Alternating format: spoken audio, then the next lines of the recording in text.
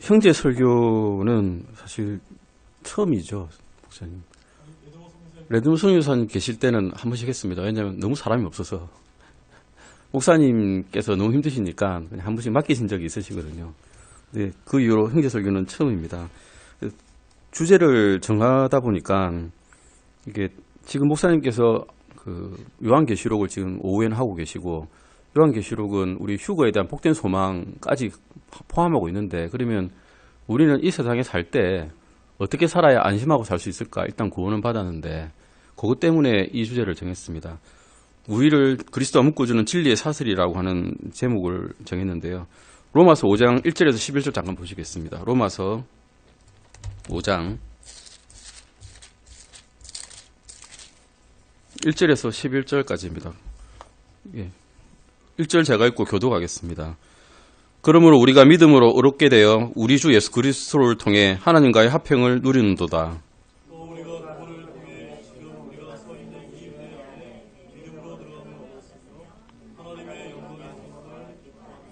그리할 뿐 아니라 우리가 환난도 기뻐하나니 환난은 인내를, 소망이 우리를 부끄럽게 하지 아니함은 우리에게 주신 성령님에 의하여 하나님의 사랑이 우리 마음에 넓게 부어졌기 때문이니.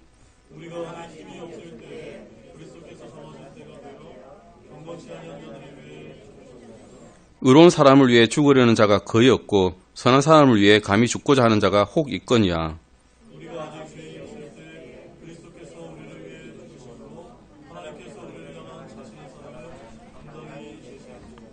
그러면 이제 우리가 그분의 피로 말미암아 의롭게 되었은즉 더욱더 그분을 통해 진노로부터 구원을 받으리니.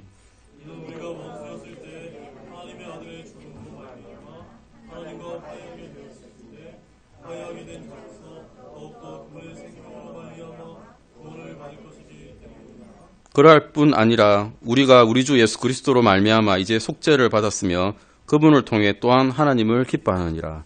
아멘. 우리가 구원을 받았다는 것, 이 모이신 분들은 다 구원을 받으신 분들이실 겁니다. 그것이 사실이라고 믿고 있습니다. 또 구원받았음을 확실하게 증명하는 성경 구절은 지금 이 구절만 봐도 다 알 수가 있죠. 또 우리는 로마서의 대로라고 하는 우리가 구원받을 때 그 주로 인용받았던 그런 구절들이 있습니다. 우리가 죄를 지었고 그 죄를 지었음을 인정하고 회개하고 주 예수 그리스도께서 우리를 위해 돌아가셨음을 인정할 때, 즉 우리가 아직 재현했을 때 그리스도께서 우리를 위해 죽으심으로 하나님께서 우리를 향한 자신의 사랑을 제시한 것을 우리가 믿었을 때, 또 그분의 이름을, 주의 이름을 부르는 자는 구원을 받으리라는 말씀을 들었을 때 우리의 마음은 구원받은 기쁨으로 가득 찼었습니다. 바울은 로마서 1장에서 3장 말씀을 쭉 보시면 온 세상이 하나님 앞에서 죄를 지었고 또 사람은 그리스도 예수님 안에 있는 구속을 통해 하나님의 은혜로 값없이 의롭게 되어야 하나님과 화목할 수 있다라고 증명을 해왔습니다. 이후에 바울은 믿는 자들이 너는 구원을 받았구나, 구원받은 사람이 바울에게 이렇게 묻기를 바랬을 것입니다. 도대체 그러면 우리가 받은 이 구원이 어떤 조건이라야 지속될 수 있는가? 어떻게 우리가 행동을 해야 이 구원을 잃어버리지 않고 우리가 주님 만날 때까지 계속 이 구원을 가지고 갈 수 있을까요? 라고 묻기를 바랬을 것입니다. 선행으로 가능할까? 아니면 돈을 줘야 가능할까요? 이렇게 묻기를 바랬을 것입니다. 하지만 우리가 하는 행동이나 행위로서 만약 구원이 유지된다면 그 구원은 구원받는 사람의 신실함에 달려있는 것입니다. 내가 신실해야 되는 것이죠. 내가 주님께 신실해야 그 구원이 유지되는 것인데, 그 말은 즉 하나도 확실하지 않다는 겁니다. 저는 신실하지 않기 때문입니다. 사람은 신실할 수가 없습니다. 즉 확실성이 전혀 보장되지 않는다는 것입니다. 하나님의 권능으로 시작하시는 일을 인간적인 힘으로 완성해야 되니까 확실하지가 않은 것이죠. 바울은 이런 의심과 그로 인해 절망하는 에베소 교회에 이와 같은 유료의 말을 남겼습니다. 에베소서 1장 18절에서 20절입니다. 저희가 적어놨습니다. 18절에서 20절까지 같이 읽으시겠습니다. 너희의 지각의 눈을 밝히사 그분의 부르심의 소망이 무엇이며 성도들 안에 있는 그분의 상속요배의 영광이 얼마나 풍성하며 그분의 강력한 권능의 활동에 따라 믿는 우리에게 베푸신 바 그분의 지극히 큰 권능이 어떤 것인지 너희가 알게 하시기를 원하노라. 그분께서 그리스도를 죽은 자들로부터 살리시고 하늘의 처소들에서 자신의 오른편에 그분을 앉히실 때에 그 권능을 그분 안에서 발휘하사 바울은 믿는 자가 그리스도 안에서 갖게 될 영원한 보증은 우리 자신의 노력이 아니라고 말씀했습니다. 우리에게 베푸신 바 지극히 큰 권능에 의지된다, 유지된다라고 말씀하신 거죠. 즉 이것이 확실성이라는 것입니다. 우리의 소망은 우리 자신이 아니고 신실하시고 크신 하나님에게 있다라고 분명히 말씀하고 있습니다. 하나님의 신실하시면 어떻게 말씀하셨는지 보겠습니다. 이사야서 11장 5절에서는 주님께서는 의로 자기 허리에 띠로 삼으시고 신실함으로는 자기 콩팥주에 띠를 삼으리라고 하셨습니다. 콩팥주에 띠 아십니까? 콩팥이 안 쳐지죠? 안 내려가죠? 우리 몸에서 뛰는데 안 내려갑니다. 결체적으로 단단히 잡혔기 때문입니다. 시편 36편 5절에서는 오저여 주의 긍휼은 하늘들에 있고 주의 신실하심은 구름들에게까지 닿으며라 해서 주님의 신실하심의 크심을 이야기하고 있습니다. 예레미야 애가 3장 23절에서 그것들이 아침마다 새로우니 주의 신실하심은 크시나이다라고 예레미야는 찬양하고 있습니다. 히브리서 10장 23절에서는 약속하신 분께서 신실하시니 우리의 믿음의 고백을 흔들림 없이 굳게 잡고 오라고 신실하심에 대해서 확실한 신실하심에 대해서 말씀하고 있습니다. 바울은 구원받고 믿은 사람들이 구원의 완성에 대해서 불확실성에서 애매하게 살아가야 된다는 것을 반대하였습니다. 참된 믿는 자를 우리의 구세주께 영원히 묶어주는 진리의 사슬을 방금 읽으신 로마서 5장 1절에서 11절 말씀에서 보여주시고 계십니다. 첫 번째는 1절에서 하나님과의 화평을 이야기하고 있습니다. 두 번째는 은혜 가운데 서 있음, 세 번째는 2절에서 5절 말씀에서 영광의 소망을, 그리고 5절에서 8절에서는 우리가 하나님의 사랑을 소유함을, 그리고 9절에서 10절에서는 구원의 확신을, 그리고 11절에서는 우리가 하나님을 기뻐함을 말씀하고 있습니다. 첫 번째 고리입니다. 로마서 5장 1절에서 말씀인 하나님과의 화평입니다. 5장 1절 제가 읽겠습니다. 그러므로 우리가 믿음으로 얻게 되어 우리 주 예수 그리스도를 통해 하나님과의 화평을 누리는도다. 3장에서 4장, 그러니까 로마서 3장 4장에서 주장한 바는 믿는 자는 그리스도 안에서 믿음으로 의롭다 하심을 받았다라는 것입니다. 그래서 그러므로라고 나옵니다. 믿음을 받았기 때문에 그러므로 우리가 믿음으로 의롭게 되었고 우리 주 예수 그리스도를 통해 하나님과 화평하게 되었다라고 문장을 연결하고 있습니다. 여기서 이 화평이라는 것이 무엇일까요? 화평이 우리가 그냥 마음속으로 오늘은 기분이 좋으니까 오늘은 내가 하나님과 화평한 것 같아. 이걸 말씀할까요? 오늘 내가 돈을 많이 벌었으니까 화평한 것 같아. 오늘은 나를 안 아프게 해주셨으니까 화평한 것 같아. 그 말씀이 아닙니다. 이 말씀은 절대적으로 객관적인 화평입니다. 그냥 사실이란 거죠, 사실. 이것이 사실이란 겁니다. 구원받은 자는 하나님과 화평을 누리고 있다는 것을 진실로 그렇다는 것을 말하고 있습니다. 감정이 아니라 사실을 이야기한다는 것입니다. 예수 그리스도를 통해 구원을 만약 얻지 못한다면 하나님을 내가 어떻게 느끼는지와 상관없이 그는 하나님의 진노 아래 놓여 있습니다. 즉 하나님과 영적 전쟁 상태라는 것입니다. 같은 원리로 그리스도를 믿음으로 의롭다 하심을 받은 사람은 특정 순간에 하나님을 어떻게 느끼는지와 여부와 상관없이 하나님과 화평을 누립니다. 예수 그리스도에 대한 신뢰를 통해서 죄인과 하나님과의 전쟁은 영원히 막을 내려버리는 것입니다. 대다수의 이제 믿지 않는 제 친구들, 제 친지들, 가톨릭 영세받은 이런 분들, 하나님을 자신의 적이라고 생각할까요? 전혀 생각하지 않습니다. 왜 그렇게 생각하냐면 내가 하나님께 별로 증오심도 없고 내가 또 하나님의 사역이나 말씀에 적극적으로 나서서 반대하는 사람도 아니기 때문입니다. 그런 사람 보셨습니까? 불신자 중에 나 앞장서서 교회 앞에서 나 반대하고 머리띠 두르고 있는 사람 보셨습니까? 아무도 없습니다. 즉 자기는 생각할 때 나는 하나님과 진실하게 믿지는 않지만 또 적은 아니야 라고 생각합니다. 즉 나는 중립이다 라고 이야기하는 거죠. 좋아하는 말 있죠. 중도를 걷는다. 중도를 걷는다고 생각합니다. 하지만 그런 중립은 성경 말씀대로 하면 절대적으로 불가능합니다. 구원받지 못한 사람의 마음은 왜냐하면 육신적인 것들과만 화평을 누리기 때문에 하나님과의 원수가 되는 것이죠. 로마서 8장 7절 말씀 보면 육신적인 생각은 하나님의 법에 복종하지 아니할 뿐만 아니라 참으로 그리할 수도 없으므로 하나님과 원수되는 것이니라라고 분명히 정의를 해놓으셨습니다. 육신적 인간은 하나님과 원수다라고 그냥 이야기하신 것입니다. 다른 가능성은 성경적으로는 있을 수가 없습니다. 중립이 없다는 것이죠. 리빙스턴 아시죠? 우리 어릴 때 많이 들었던 그런 위인전에 보면 리빙스턴이라는 그 선교사가 나옵니다. 아프리카에서 선교했던, 즉 남아프리카 공화국에서 선교했던 위대한 선교사입니다. 그가 이제 남아프리카 공화국의 줄루족과 한 몇 해 동안 지내다가 아내와 어린 자녀를 데리고 더 깊은 내륙으로 들어갔습니다. 사역을 마치고 딱 돌아와 보니까 원수 관계에 있던 종족이 줄루족을 공격해서 많은 사람들을 다 죽이고 추장 아들을 포로로 붙잡아 갔답니다. 리빙스턴이 어떻게 말했을까요? 추장한테 너 가서 죽여라 했을까요? 그러진 않았습니다. 화해하는 게 어떠신가요? 라고 이야기했습니다. 추장이 그렇게 이야기합니다. 아니 그들이 우리 아들을 포로로 잡고 있는데 내가 어떻게 그들과 화해합니까? 화해할 수 없는 겁니다. 왜냐하면 그의 아들을 포로로 잡고 있기 때문이죠.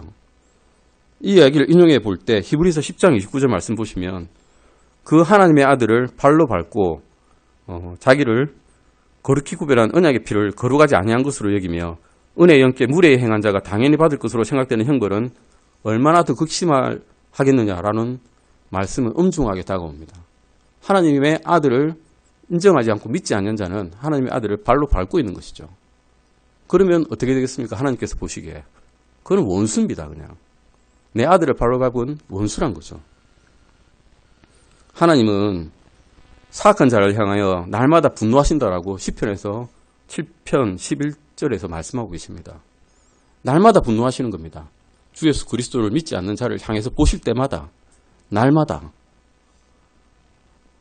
하나님은 죄인을 원수로 대하시고 그 죄인이 예수 그리스도를 신뢰할 때까지는 그 적대감이 없어지지 않습니다. 하나님은 사랑이 많으셔서 아무로 지옥에 보내지 않는다는 사람들이 있습니다. 많이 보셨죠? 하나님은 사랑의 하나님이시니까 내가 죽어도 불쌍히 해주셔서 천국에 보내주실 거야. 믿는 사람 많습니다. 에베소서 5장 6절에서는 그런 사람에게 이렇게 선포하십니다. 아무도 헛된 말들로 너희를 속이지 못하게 하라. 이것들로 인하여 하나님의 진노가 불순종의 자녀들에게 임한다라고 말씀하고 계십니다. 하나님은 불신자들하고 원수지가 맞습니다. 그런데 그들이 불신자가 제가 안 믿었을 때 그 아들 예수 그리스도가 구세주임을 믿기만 하면 그들을 향한 하나님의 분노는 어떻게 됐습니까? 눅눅듯이 사라져버렸습니다. 예수님께서는 범죄한 인류가 받아야 할 하나님의 모든 진노를 십자가에서 스스로 떠안으셨습니다. 그리스도를 믿는 사람들은 더 이상 하나님의 원수가 아니고 그 진노 아래 있지도 아니하고 하나님과 화평을 누리는 것입니다. 로마서 5장 1절 말씀처럼 우리가 의롭다 함을 받은 결과 우리는 화평을 누리게 됩니다. 믿는 자에게 화평을 주신 예수 그리스도께서는 히브리서 7장 15절 말씀처럼 항상 살아계셔서 지금도 살아계십니다. 믿는 자들을 위해서 중보하십니다.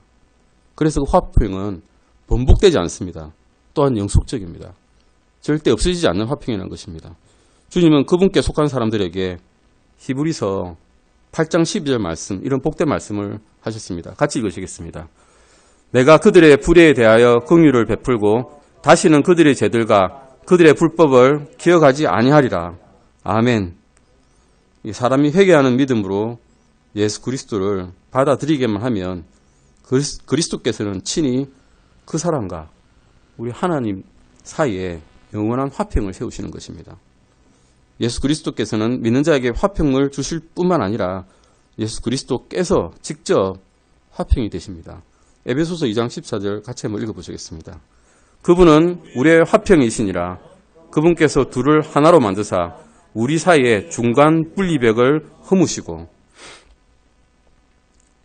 예수 그리스도께서 우리의 죄를 대신 지시고 또 우리가 구원을 얻었음을 확실하게 해주신 것입니다. 로마서 5장에서 이야기하는 이런 화평은 사실적인 화평입니다. 사실이란 겁니다. 그냥 진리이고 사실입니다. 그런데 이것을 우리가 인식을 하게 되면 마음속에 화평이 옵니다. 제가 구원을 받았을 때 말로 할 수 없는 화평을 얻었습니다. 그 전까지는 어떻게 하면 잘 살아볼까? 어떻게 하면 이 불의한 쾌락을 즐겨볼까라고 고민했던 제가 이제는 그런 것들이 별로 중요치 않게 생각되었습니다. 그게 주님께서 주시는 진실한 화평이죠. 삶의 목적이 이제 뚜렷해져 버린 것입니다. 하나님과 영원한 화평을 누린다는 사실을 알게 되면 우리는 그 다음에는 이제 서서히 성장하면서 하나님 나라의 군사로서 준비를 하게 됩니다. 어떻게 영적인 싸움을 싸울 것인가 고민하게 되고 내가 무엇을 갖춰야 될지, 이제 어떤 무기를 사야 될지, 어떻게 갑옷을 준비해야 될지 준비를 하게 되는 것이죠. 로마 병사들은 전쟁에 나갈 때 바닥이 미끄러우면 넘어지지 않습니까? 싸울 때. 그래서 징박힌 스파이크를 신었다 그럽니다.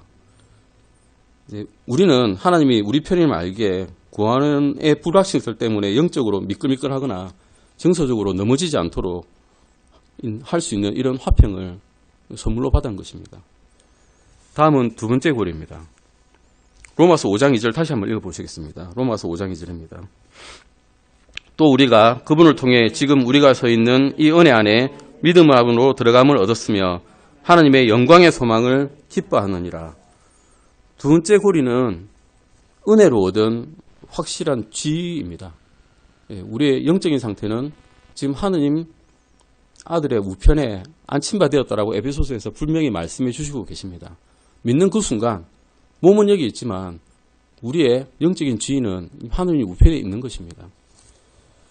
우리를 그리스도께 영원히 묶어주는 진리의 사슬을 연결하는 두 번째 고리가 바로 하나님의 은혜 가운데 서 있는 우리의 지위입니다.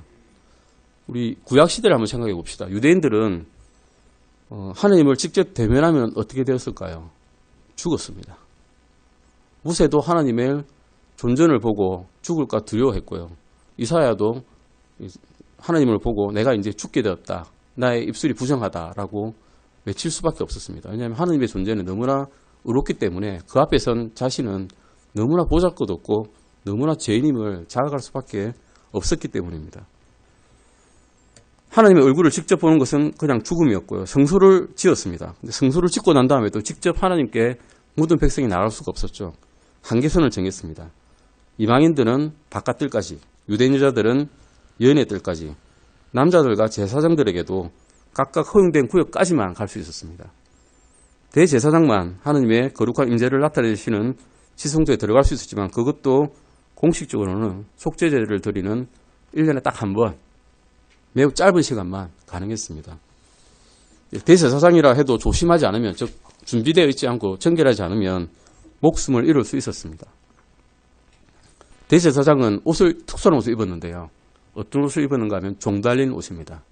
그리고 몸에 밧줄을 메고 들어갔죠. 종 달린 옷을 딸랑딸랑 매면서 밧줄을 메고 이제 성소에서 지성소로 들어갔는데 더 이상 종에서 소리가 나지 않으면 그 사람은 하나님이 치신 거죠. 죽었는데 데리러 갈 수 없지 않습니까? 줄을 끌고 질질 끌고 왔습니다.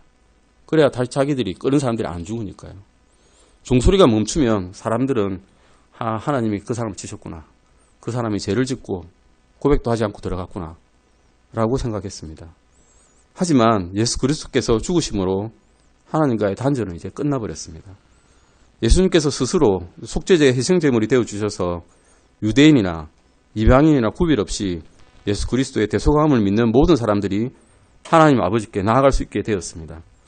그래서 히브리서에서는 우리가 긍휼을 얻고 필요한 때에 도우시는 은혜를 얻기에 은혜의 왕자로 담대히 나아갈 것이라고 이제 선포를 할 수 있었습니다.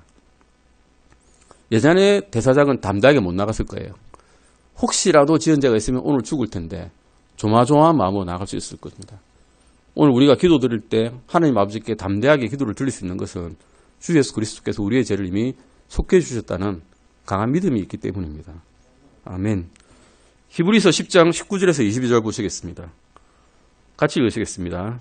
그러므로 형제들아 우리가 예수님의 피를 힘입어 새롭고 살아있는 길로 지성소에 들어갈 담대함을 얻었는데 이 길은 그분께서 우리를 위하여 휘장 곧 자기의 육체를 통해 거룩히 구분하신 것이니라. 또 하나님의 집을 다스리는 대제사장께서 우리에게 계심으로 우리 마음이 뿌림을 받아 악한 양심으로부터 벗어났고 우리 몸은 순수한 물로 씻겼으니 우리가 믿음의 충만한 확신 속에서 진실한 마음으로 가까이 다가가자. 아멘. 예수 그리스도께서는 그분을 믿는 우리 믿음의 기초 위에서 우리가 이렇게 서 있을 수 있는 이 은혜로 안내를 해주셨습니다. 서 있다는 말은 단단히 고정된 상태를 이야기합니다. 영속성을 이야기하죠. 구원에는 믿음이 꼭 필요합니다. 하지만 한 사람을 구원하고 구원받는 상태를 유지할 수 있는 능력은 믿는 자의 믿음입니까? 아닙니다. 그것 또한 하나님의 은혜입니다. 하나님의 은혜로 구원을 받았고 그 믿음을 유지하는 것도 하나님의 은혜라는 것입니다. 그런데 우리는 하나님의 은혜로 구원을 받고 나서 우리의 인간적인 노력으로 구원을 유지하고자 할 때가 너무나 많습니다. 그것을 한다는 것은 하나님이 우리 안에서 시작하신 일을 하나님이 유지하거나 완성하실 능력이 없다는 뜻을 비추는 겁니다. 넌지시 말입니다. 그분의 은혜를 모욕하는 일이죠. 바울은 빌립보 교인들에게 빌립보서 1장 6절 말씀에서 너희 안에서 선한 일을 시작하신 분께서 예수 그리스도의 날까지 그 일을 이루실 것 바로 이것을 나는 확신하노라고 말씀하였습니다. 유다서에서도 이렇게 이야기하고 있습니다. 같이 한번 읽어보시겠습니다. 이제 능히 너희를 보호하사 넘어지지 아니하게 하시고 넘치는 기쁨으로 자신의 영광이 있는 곳 앞에 흠없이 너희를 제시하는 분이라고 주 예수 그리스도를 묘사를 했습니다. 우리는 성령님의 능력으로 시작했다가 육체로 완전해질 수 없는 사람들입니다.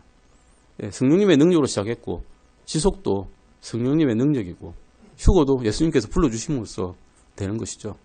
우리의 능력으로 되는 것은 하나도 없다는 것입니다. 믿는 우리들은 이후에도 여전히 죄에 빠집니다. 저번 주에도 죄에 빠졌고 이번 주에도 죄에 빠졌고 다음 주에도 죄에 빠질 것입니다. 하지만 하나님의 은혜가 우리가 짓는 죄들보다 더 강력합니다. 예수님께서 그 죄의 대가를 이미 다 치르셨기 때문입니다. 그리스도의 속죄의 죽음은 한 사람이 예수님을 믿기 전에 지은 죄를 다 덮는다면, 이전의 죄를 다 덮으실 수 있다면 그 사람이 이후에 지은 죄까지도 다 덮으실 수 있습니다. 바울은 로마서 5장 10절에서 그 이유를 이렇게 이야기했습니다. 같이 읽으시겠습니다. 이는 우리가 원수였을 때 하나님의 아들의 죽음으로 말미암아 하나님과 화해하게 되었을진데 화해하게 된 자로서 더욱더 그분의 생명으로 말미암아 구원을 받을 것이기 때문이라. 죽으신 구세주께서는 우리가 하나님과 화해하게 하실 수 있게 해주셨습니다. 그런데 이제 살아계시죠, 주님께서는. 그러면 그 은혜 가운데 계속 우리가 머물게 해주실 수 있습니다. 로마서 8장 31절에서 34절입니다. 31절에서 34절 같이 읽으시겠습니다. 그런즉 이 일들에 대하여 우리가 무슨 말을 하리요? 만일 하나님께서 우리를 위하시면 누가 우리를 대적하리요? 자신의 아들을 아끼지 아니하시고 우리 모두를 위해 그분을 내주신 분께서 어찌 그 아들과 함께 또한 모든 것을 우리에게 값없이 주지 아니하시겠느냐? 누가 하나님께서 선택하신 자들을 무슨 일로 고소하리요? 의롭다 하시는 분은 하나님이시니 누가 정죄하리요? 죽으신 분은 그리스도시요 참으로 다시 일어나신 분도 그리스도시니 그분께서는 바로 하나님의 우편에 계시며 또한 우리를 위해 중보하시느니라. 하나님이 그 아들 예수님을 믿는 우리가 영원히 의롭다고 주권적으로 선포를 하셨습니다. 그러면 그 편결을 뒤집을 수 있는 사람이 있겠습니까? 없습니다. 어떤 상급법원이라 하더라도 하나님의 무죄 선고를 뒤엎을 수가 없습니다. 그러나 믿는 자의 구원을 확실히 보장하셨다고 해서 우리가 죄를 마음대로 지어도 된다는 이야기일까요? 아, 이제 죄로부터 자유하니 죄를 마음껏 지어야 되겠어 라고 구원받은 직후에 저는 생각했습니다. 아, 그게 죄로부터 자유라는 것이 죄를 지을 자유라고 생각했거든요. 그러지 않았습니다. 징계하시더라고요. 죄를 지으니 징계하세요. 치시고 매주시고 정신 차리게 하시더라고요. 죄를 지을 자유가 아니라 죄로부터 자유로울 자유, 죄를 짓지 아니할 자유를 우리에게 이제 주셨습니다. 로마서 6장 18절에서 이로써 죄로부터 해방되어 의의 종이 되느니라라고 이제 의의 종으로서 활동할 수 있는 자유를 주신 것입니다. 구원의 목적과 효과는 사람들을 죄에서 해방시켜주는 것이란 것입니다. 세 번째 고리입니다. 세 번째 고리는 미래에 대한 소망입니다. 로마서 5장 2절에서 5절 같이 읽으시겠습니다. 또 우리가 그분을 통해 지금 우리가 서 있는 이 은혜 안에 믿음으로 들어감을 얻었으며 하나님의 영광의 소망을 기뻐하느니라. 그리할 뿐 아니라 우리가 환난도 기뻐하나니 환난은 인내는 체험은 소망을 이루는 줄 우리가 아노라. 소망이 우리를 부끄럽게 하지 아니함은 우리에게 주신 성령님에 의하여 하나님의 사랑이 우리 마음에 넓게 부어졌기 때문이니. 앞에서 말씀드렸듯이 구원의 모든 측면, 시작부터 끝까지, 유지까지 전적으로 하나님께서 하시는 일이므로 우리는 절대로 그 구원을 잃어버릴 수가 없습니다. 그 놀라운 사역의 목적은 예수 그리스도 안에 있는 모든 믿는 자들이 궁극적으로는 영화롭게 되는 것입니다. 로마서 8장 29절에서 30절 보시겠습니다. 같이 읽으시겠습니다. 그분께서는 자신이 미리 아신 자들을 또한 예정하사 자신의 아들의 형상과 같은 모습이 되게 하셨나니 이것은 그분이 많은 형제들 가운데서 처음 난 자가 되게 하려 하심이니라. 뿐만 아니라 그분께서는 자신이 예정하신 그들을 또한 부르시고 자신이 부르신 그들을 또한 의롭다 하시고 자신이 의롭다 하신 그들을 또한 영화롭게 하셨느니라. 아멘. 바울이 이렇게 말했듯이 그리스도가 그분을 믿는 모든 사람을 위해 하나님과 화평하게 하셨기 때문에 우리 구원은 과거 주님께서 해주신 일에 뿌리를 내리고 있습니다. 그리스도의 또 끊임없는 중보로 인해서 모든 믿는 자가 하나님의 은혜 가운데 또 확고하게 서 있습니다. 그래서 그 뿌리 또한 현재 내리고 있습니다. 바울은 하나님께서 언젠가 그분의 모든 자녀가 그 아들의 영광으로 육체적인 영광이죠. 몸의 구속을 받게 한다는 그런 영광으로 바꾸게 하신다는 영광스러운 약속을 주셨기 때문에 그 구원이 미래에도 뿌리를 내리고 있습니다. 즉 믿는 그 순간 우리의 구원은 확실하게 과거에도 현재에도 미래에도 뿌리를 내리고 있는 것입니다. 예수 그리스도께서 우리의 소망이십니다. 예수님께서는 아름다운 대제사장의 기도에서 하늘 아버지께 이렇게 기도를 했습니다. 요한복음 17장 22절입니다. 아버지께서 내게 주신 영광을 내가 그들에게 주었사오니 이것은 우리가 하나인 것 같이 그들도 하나가 되게 하려 함이니이다. 우리가 노력해서 되는 거 아니죠. 노력한다고 이런 영광 받을 수 있는 것도 아니고요. 셋째 하늘에서 영광을 받는 것은 우리가 구원받고 거룩하게 되었듯이 미래의 영광도 하나님의 자비로우신 손으로부터 받는 것입니다. 받는 것인데 얻는 것이죠. 어떻게 보면 그냥 주시는 것이니까요. 우리가 하나님의 영광을 바라고 즐거워하듯이 환난 중에도 기쁨을 가지게 해야 됩니다. 즐거워할 이유가 있는 것입니다. 왜냐하면 환난이 현재의 축복과 또 미래의 영광을 가져다 주기 때문입니다. 환난이 인내가 체험이 소망을 낳고 소망은 우리를 부끄럽게 하지 않을 것이라고 분명히 말씀해 주시고 계십니다. 우리가 그리스도를 위해 받는 고난은 우리를 성숙하게 만듭니다. 그렇다면 하나님의 자녀들이 이 땅에서 고난받는 것이 이상한 일일까요? 이상하지 않습니다. 고난을 받는 것이 장차 받을 영광에 비하면 그것은 아무것도 아니다라고 분명히 말씀해 주시고 계십니다. 그리고 또 이런 고난은 우리가 이런 고난을 받도록 정해준 줄을 데살로니가전서 3장 3절에서 분명히 있다라고 말씀하시고 계십니다. 하늘에 계신 우리 아버지께서는 환난과 인내와 체험의 과정을 통해서 하나님의 영광을 바라는 우리의 소망을 더 크고 강하게 만들어 주십니다. 그리고 최종 결과물은 우리를 부끄럽게 하지 않는 소망입니다. 어떨 때는 경건한 소망이 더 경건한 소망을 낳습니다. 우리가 소망 가운데 궁극적으로 거룩함을 추구하면 할수록 더 많은 박해와 고난을 받고 또 하나님의 강력한 은혜로 그 과정을 견뎌내는 순간을 스스로 지켜보면 또 소망이 커집니다. 네 번째 고리입니다. 특별한 사랑을 받는다는 것입니다. 로마서 5장 5절에서 8절입니다. 같이 읽으시겠습니다. 소망이 우리를 부끄럽게 하지 아니함은 우리에게 주신 성령님에 의하여 하나님의 사랑이 우리 마음에 넓게 부어졌기 때문이니 우리가 아직 힘이 없을 때에 그리스도께서 정하신 때가 되어 경건치 아니한 자들을 위해 죽으셨느니라. 의로운 사람을 위해 죽으려는 자가 거의 없고 선한 사람을 위해 감히 죽고자 하는 자가 혹 있거니와 우리가 아직 죄인이었을 때에 그리스도께서 우리를 위해 죽으심으로 하나님께서 우리를 향한 자신의 사랑을 당당히 제시하시느니라. 어떤 사람이 예수 그리스도를 통해 구원받았다고 칩시다. 그는 이제 영원히 지속되는 하나님과의 영적인 사랑의 관계에 들어간 겁니다. 영원히 지속됩니다. 끊어지지 않습니다. 로마서 5장 8절에 말하는 하나님의 사랑은 하나님을 향한 우리의 사랑이 아니죠. 우리는 하나님을 사랑할 수 없는 사람들입니다. 솔직히 말해서 내 자신의 이익을 더 사랑하는 사람들이고 우리의 배를 더 좋아하는 사람입니다.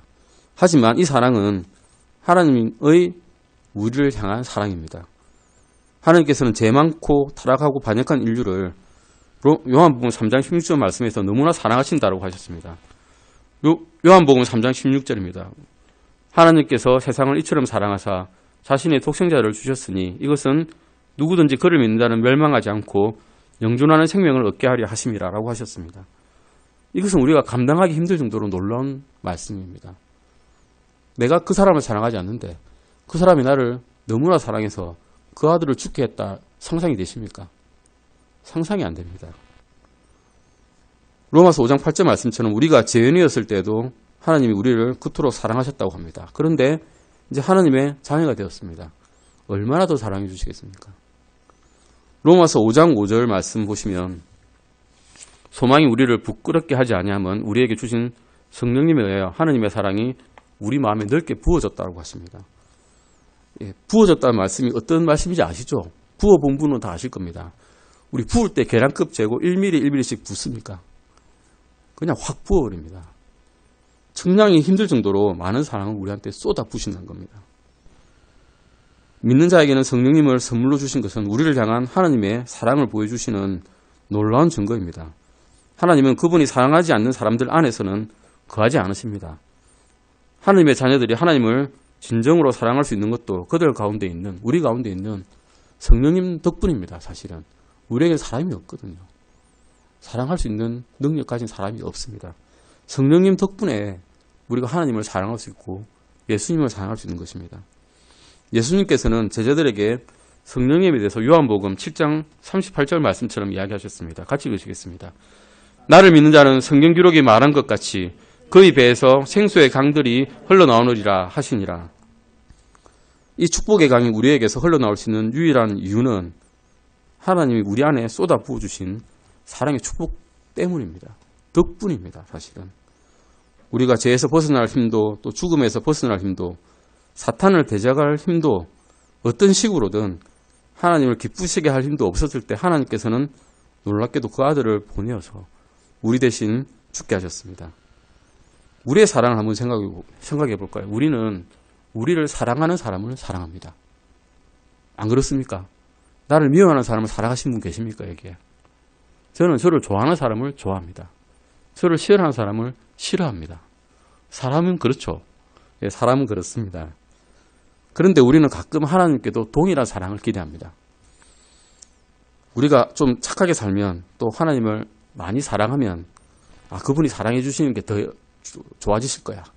좀 많이 사랑해 주셔서 우리에게 재물도 좀 더 주시고 더 건강하게 만드시고 부러진 팔도 금방 굳게 해주실 거야 라고 생각합니다.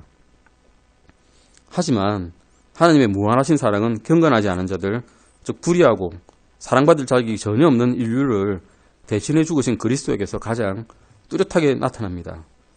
자기보다 위대한 사람을 구하려고 자기 목숨을 희생할 사람 흔치 않습니다. 그런데 무리한 같은 사람을 구하려고 자기의 목숨을 바친 사람이 있을까요? 전혀 없습니다. 하지만 하나님은 그렇게 하셨고 그 사실이 우리의 보증과 우리의 확신입니다.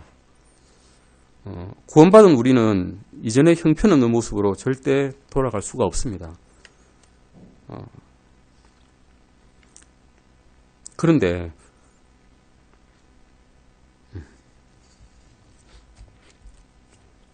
하나님께서는 우리가 그렇게 형편없던 그때조차도 우리를 온전하게 사랑하셨습니다.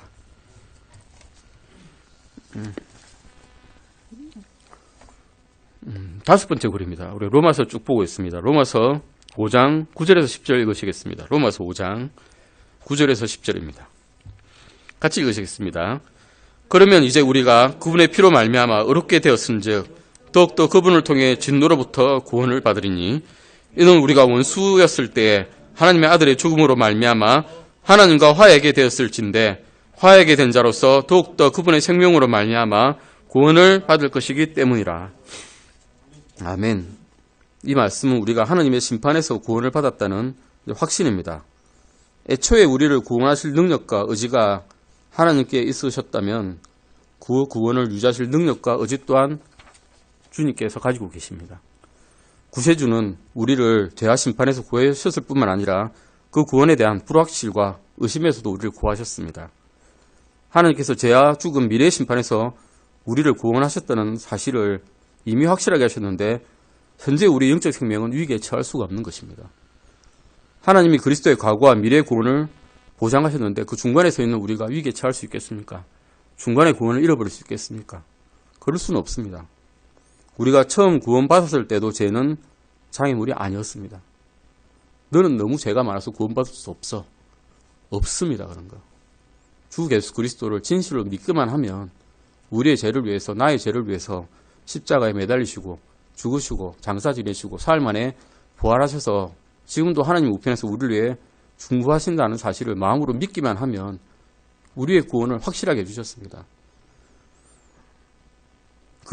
죄는 그 힘을 다 발휘하고도 우리가 하나님과 화목하게 되는 상태를 막지 못했습니다. 근데 이제 구원을 받고 그보다 더 죄는 약해진 상태에서 우리가 화목 상태를, 하나님과 화목 상태를 유지하는 것을 어떻게 방해할 수 있겠습니까? 하나님의 은혜는 그 원수들의 죄까지 온전히 덮으셨는데 자녀들의 죄를 덮지 못하시겠습니까? 은혜에서 영광까지의 거리가 죄에서 은혜보다까지의 거리보다 더 멀다는 사실을 느낄 때 우리는 하나님의 영광의 약속 가운데서 평안함을 누릴 수 있습니다. 이제 마지막입니다. 6번째 고리입니다. 로마서 5장 11절 같이 읽으시겠습니다. 그러할 뿐 아니라 우리가 우리 주 예수 그리스도로 말미암아 이제 속죄를 받았으며 그분을 통해 또한 하나님을 기뻐하느니라. 찰스 웨슬리가 이런 시를 지었죠. 만인이 내게 있으면 그 입 다 가지고 내 구주 주신 은혜를 늘 찬송하겠네.